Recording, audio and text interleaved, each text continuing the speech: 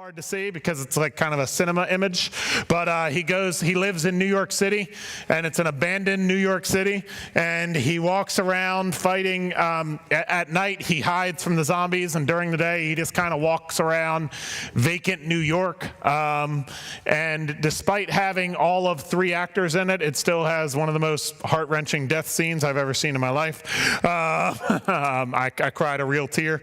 And the thing is, when we watch movies like this, we might say to ourselves, man, it would be cool if I could just like walk around New York City and do whatever I want, right? Like obviously not the, everybody's dead because they're zombies, right? But like, the idea of just being able to, go to the Times Square Toys R Us and ride the, is there still a Ferris wheel? And is there still a Times Square Toys R Us? I don't think so. Oh, Toys R Us went bankrupt, so low chance that there's still a store in the most expensive place for real estate. Go ahead. Just there. It's all good, man. So the point is it's easy to, that was funny. It's easy to kind of look at those situations and think, man, that would be freedom, right? Being able to do whatever I want, whenever I want, and not really worry about anything, right? And it kind of leads to the question, like, if you were in charge of everything for one day, what's like something you would do? And we'll take like 3 or 4 answers. Leon, go ahead. Make sure what? School's illegal. Make school illegal. Okay. You could just not go to school, but you want to punish the perpetrators of school. Go ahead. Run everything normally? What'd you say? Who would go to jail? Your brother's in jail. Other than that, everything's normal. Okay, I got it. Go. Feed people who are hungry. That's a good one. Yeah. I would travel. Travel wherever you want. Anybody else? We'll take like 2 more. Then we're done. No? Okay, cool. Moving on. We've talked about a couple movies already, but how many guys, this is kind of an older movie. How many guys have ever seen this movie from like, I don't know when it came out. It's an Adam Sandler movie. And basically the story of this movie is that Adam Sandler has a remote that controls all of the world around him, right? And the idea is basically that he does things just for his character, just for him, the things that only he's concerned about. And it ends up, you know how these movies go, right? It backfires in his face. He learns a lesson. And in the end of the day, he values everything a little bit more. You see, the truth is it can be hard to balance what I want and what others want. And when we talk about this concept of freedom, our minds initially go to this idea of, well, freedom is just doing what I want to do. But the truth in the Bible is that freedom actually has a lot more to do with other people. See, I think week 1, we talked about this concept of like kind of one overarching law of loving God and loving other people. And if you remember, we met this guy named James. And James talks about these concepts of wisdom and of what it means to love God and love other people and kind of how to live that out practically. And if you remember last week, we talked about it's not always it's not about always making the right or the wrong choice, but sometimes making like the best or the better choice, right? And we kind of leaned into that. Well, this week, we're going to talk a little more about James, because there was a time in James's life where he had a lot of freedom and he had a lot of authority and he had a lot of opportunity to deal with other people. And that happened in the book of Acts chapter 15. You don't have to turn there. I'm going to tell you what happened. What happened was, so there was Judaism, right? There was Jewish people, and Jesus came and he developed, and he had followers, and he developed this sect of Judaism, right? This little group within Judaism of people who followed Jesus, right? And they were called followers of the way. And they, that might sound very Mandalorian, but that was what it was called. They were called followers of the way, right? And they followed Jesus' teachings, but this problem came up. And the problem was basically, okay, we're starting to see people who aren't Jewish become followers of Jesus. Because what happened was, the guy we talked about here before, a guy named Paul, went out and started sharing the gospel with people. And people who were not Jews by birth became followers of Jesus. So this natural question came up. And the question was that Jews live by all of these rules and laws. And some of them are cultural. Some of them are from their teaching. Some of them are from their understanding of the Old Testament. And this question came up among the Jews where they said, okay, people from the outside who are not Jews are coming in. How Jewish do they have to be to follow Jesus? And it wasn't like a nationality thing or a race thing. It was an idea of which rules do they have to follow, because I've lived through all these rules and they should have to live through them too. This is a little bit like when I would have been a sophomore. When I was a sophomore in high school, we got a new basketball coach, and his name was Kemp Carr. Kemp Carr was terrifying. He was one of the scariest men I've ever met in my life, still is to this day. And Kemp Carr had a theory about playing basketball, and based on my experience, that theory was if you run more than any other team in existence, you will win more games than you lose. And so the day after Thanksgiving, I showed up to basketball practice at 7 a.m. This was my first season trying basketball. Oh, no, I played my freshman year, but it wasn't as memorable. My sophomore year, I show up on Black Friday, the day after Thanksgiving, and we were running so much. Like, you have to understand, this is my sophomore year of high school. I had just gotten done running cross country 3 weeks ago. It's not like I wasn't in shape, but the day after Thanksgiving, we ran so many sprints that I threw up in a trash can that was set up along the wall of the gym. So he saw it coming, and the thing is we ran pretty much nonstop on Friday, Saturday, and then Sunday afternoon we had practice, and we all sat in this little side gym, and Coach Carr kind of, we had gone from maybe like 70 people showed up the first day, and we were down to like 45 or something, like a ridiculous amount of people just quit. And he said, okay, what should we make people do if they're going to try to join the basketball team? And people were saying, oh, they should have to, do all this running, or they should have to do all these drills. And the point was, if you're kind of tracking with that, the point was kind of the same as these Jews back in, 2,000 years ago. They had this idea that if people are going to start following Jesus, they should have to kind of follow all of these Jewish rules. And James was a leader among these Jewish people. And in Acts 15, they all get together and they're basically making the decision of what do non-Jews have to do if they're going to follow Jesus. And there were people in the crowd who wanted to say, we have to make it hard for them because we've lived this life where we've been committed and we followed all these rules and we did all the right things, and we have to make it hard for them. And James was raised the same way, right? Like, James was raised a Jew and he had followed rules all of his life. But James says this crazy sentence right near the end of Acts 15. He says, it is my judgment, therefore, that we should not make it difficult for the Gentiles who are turning to God. We should not make it difficult for the Gentiles who are turning to God. So, James has all the power. James has all of the authority. James has all of the freedom to do whatever he wants. And he takes that and he says, you know what? We shouldn't make it difficult to follow Jesus. And they come up with this very short list of things that these people have to live by. You can read it. You should. It's a really important chapter in the Bible. And because of this decision is why we don't follow all of, Judaism, really. You know what I mean? It's why we don't maintain a kosher diet. It's why we don't, do different festivals and feasts and stuff like that. Because of James' decision to say, you know what, we're not going to make it difficult for people who aren't Jews. And James, in his book that he would write, talks about this a little bit. And this is what he says: speak and act as those who are going to be judged by the law that gives freedom, because judgment without mercy will be shown to anyone who has not been merciful.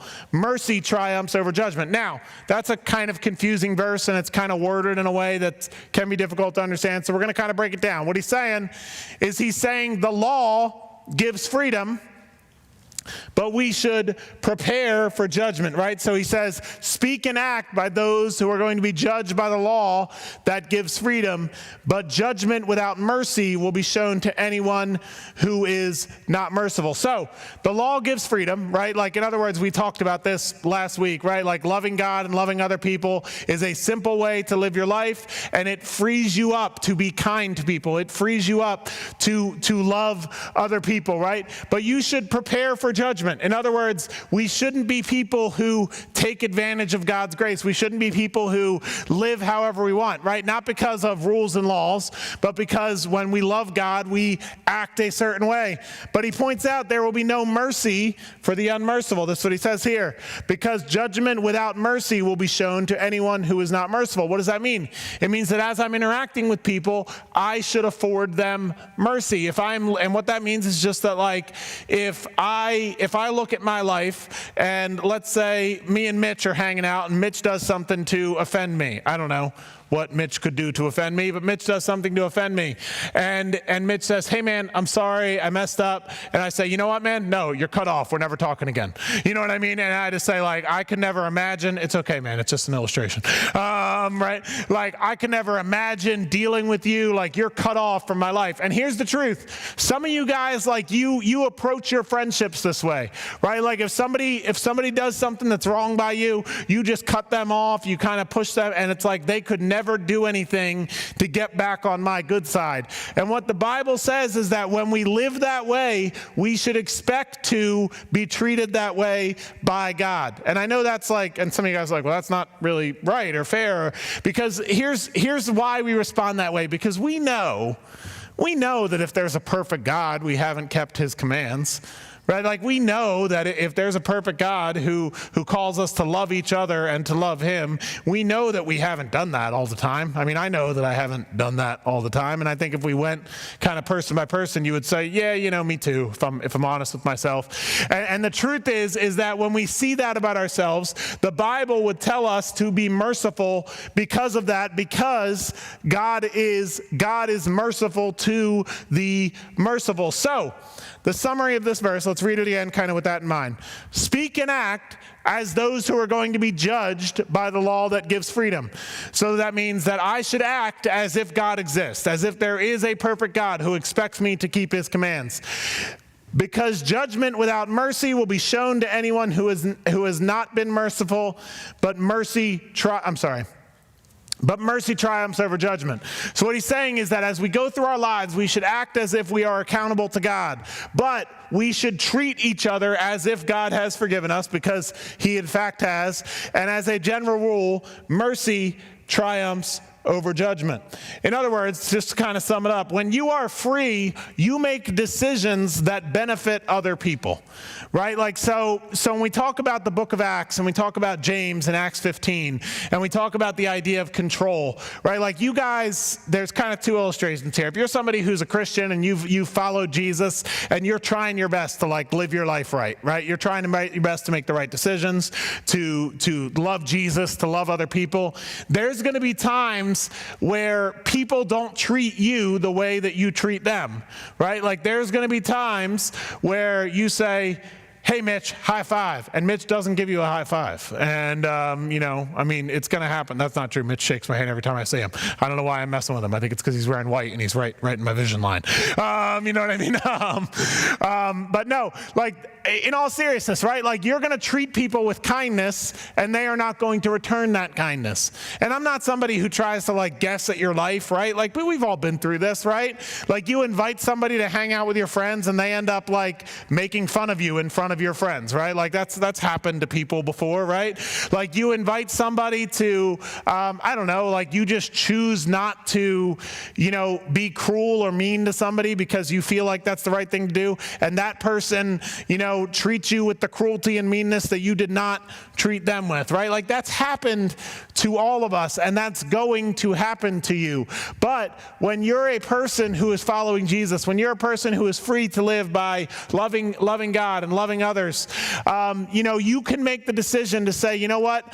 I'm going to treat them with mercy because I know that there is times in my life where I haven't lived up to even my own standard, and much less God's standard. And because God chooses to be kind and merciful to me, I can choose to be kind and merciful to other people. And even if you're a Christian, you would say, you know what? I'm actually not even going to make it like hard for people in my life, right? So I'm not going to hold everybody maybe even to my own personal standard, or even to a standard that, I think is appropriate. I'm going to look at their life and I'm going to choose to have empathy, right? Like, because here's what happens. Like, sometimes, I'm going to dig into this a little bit because I think it's important. Sometimes, like, you're a Christian and you're saying, you know what? I'm living right and everybody around me should be also living right? But if you were honest and you looked at a situation, you would say, oh, that person is acting that way because they got some stuff going on at home. Or that person is acting that way because they're under a lot of stress because their mom is sick or their dad is sick. That person is acting that way because this is really the only space where they can feel like big and strong. So when they get into a locker room or when they get into a certain situation, they're treating other people like crap because they're kind of getting, verbally abused, frankly, by everybody else in their life. So I can offer that person mercy because I've chosen to take their perspective. And I've chosen to say, you know what? I don't know what I would do in that situation, so I can be merciful to that person because, like, they're going through a difficult time. Now, that's if you're a Christian. Now, if you're not a Christian, what I need you to hear is that God loves you and is merciful with you. I think sometimes, we talked about this one of the last 2 weeks, I forget when. I sometimes think we create this version of God that's just really mad all the time. Right? Like this version of God that's just like, oh, well, I'm not happy with you and you don't live your life right. You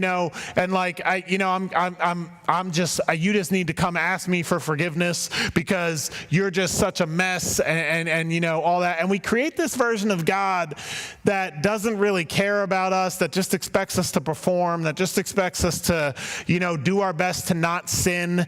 And then maybe he'll like bless us with some good things, but maybe not because we don't really deserve it anyway. The truth of the Bible is that God is merciful and kind to us.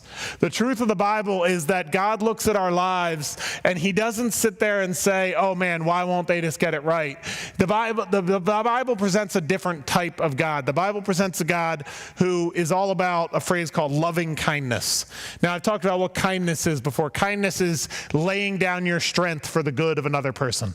So if we began to view God that way, and we began to think that, a God who is merciful and expects me to make a decision that benefits others, then maybe God isn't mad at you. Maybe he's mad for you. That might not make sense. What I'm saying is when I see somebody making a destructive decision that's affecting their life badly, this is like me talking, right? Like if I were to see one of my kids making a decision that like affected them badly, I wouldn't be mad at them about the decision as much as I'd be mad for them because I want them to have a better life than that decision is going to end up giving them. Does that make sense? Nod so I know you're alive. Okay, good. So the truth is that if that's true of me, and I am very far from perfect, how much more so is it true that God isn't mad at you as much as he's mad for you? You see, it's not so much about like God is angry at you because like you won't follow him. It's just that God sees what your life could be if you chose to follow him. And it's more so that he's saying, man, I just wish you wouldn't reject my plan for your life because my plan for your life is so good. And you're missing out on it when you choose to continuously reject it because God is making a decision that benefits you by offering you forgiveness and life. And if that's like maybe a new version of God that you haven't really heard about before, tonight might be a time where you talk to your small group leader and you say, you know what? I never really followed Jesus. I always thought God was just angry at me. But like, if Jesus is interested in me, then I'm interested in him and I want to start following him. And I want to encourage you that, when you go to your small group, grab your small group leader and say, hey, I want to have that conversation. But we're going to invite the worship team up one more time for a couple more songs. And guys, the application for tonight is pretty simple. First of all, that is the second time that has happened. First of all, if you're a Christian and you are not operating in mercy, then you are setting yourself up. Well, first of all, I don't think you're living the way Jesus would have you live. If you're somebody who has allowed yourself to become focused on the left or the right or like, what's behind you or crap like that, I think of it a lot this way. How many of you guys have ever been outside at sunset, right? Outside at sunset? If you're ever outside at sunset and the sun's like just about to go down and you're looking directly at it, right? Like, I don't know why you would do that, right? Leon just shielded his eyes, right? Because what happens when you're looking directly at the sunset is you can't really see anything else because the light is just kind of blowing everything up, right? But if I was looking at the sunset and all of a sudden I turn this way or I turn around and I look behind me, what happens is I'm no longer looking at the sunset, but everything I'm looking at is illuminated, right? And I think what happens with Christians sometimes, follow me here. I think what happens with Christians sometimes is we stop following Jesus or the Son. Sorry for that pun. I feel bad about it, honestly. We stop following Jesus, and instead we turn to our left or our right behind us, and it's so easy to see the flaws in other people. Right? It's so easy to see the spaces where people are messing up. And the thing is, when I'm looking at Jesus, that's hard because I'm aware of the places I still have to grow. And when I talk about following Jesus, I'm constantly confronted with, man, Addison can grow a lot. Right? But then I turn myself around. It's much easier to turn to other people in judgment. And this is why, like, you've met old, mean, nasty Christians who live this way, right? Because it's so much easier to turn to your left or your right and to look at everything that's wrong with the people around you. But the problem is when you do that, you're not following Jesus. You're just judging. Right? And so what Jesus would say to you is that a life categorized by mercy is a life that focuses on my differences between me and Jesus. And because I'm always so aware of the many ways in which I fall short of perfection, I'm able to look to my right and my left and I'm able to say, oh, you too? As opposed to like, oh, man, you're a mess, right? Like, the truth is that when I focus on Jesus, it puts everything else in the proper perspective. I'm not able to judge because I'm too aware of the parts of me that still need to be brought to him, right? Like, I'm not able to look down my nose at somebody because I see what's true about me. And I can't help but have empathy for people that fail because I've seen my own failures. And that might sound like a really negative view of yourself, and it's not. It's just a view that accurately portrays who you are, and it keeps you from judging, and it lets you be the type of person that makes decisions that benefit others, because instead of using your freedom to like live however you want, you say, what does it look like to care for other people around me? So let's stand up. We're going to worship together before we go to our small groups, but I'm going to pray before we wrap up. Jesus, we thank you. We thank you that you are merciful towards us and that we are given mercy and that we have the opportunity to give mercy to people around us. Help us to be people who are defined by not making it difficult for others, but instead that we would look to our left and our right and we would love people because we realize that we are likewise passengers on the same boat. And we pray that this will be the case for each of us. And Lord, if we are seeing you for the first time tonight as a merciful God, I pray that you would help that to sink deep into our spirit and mind.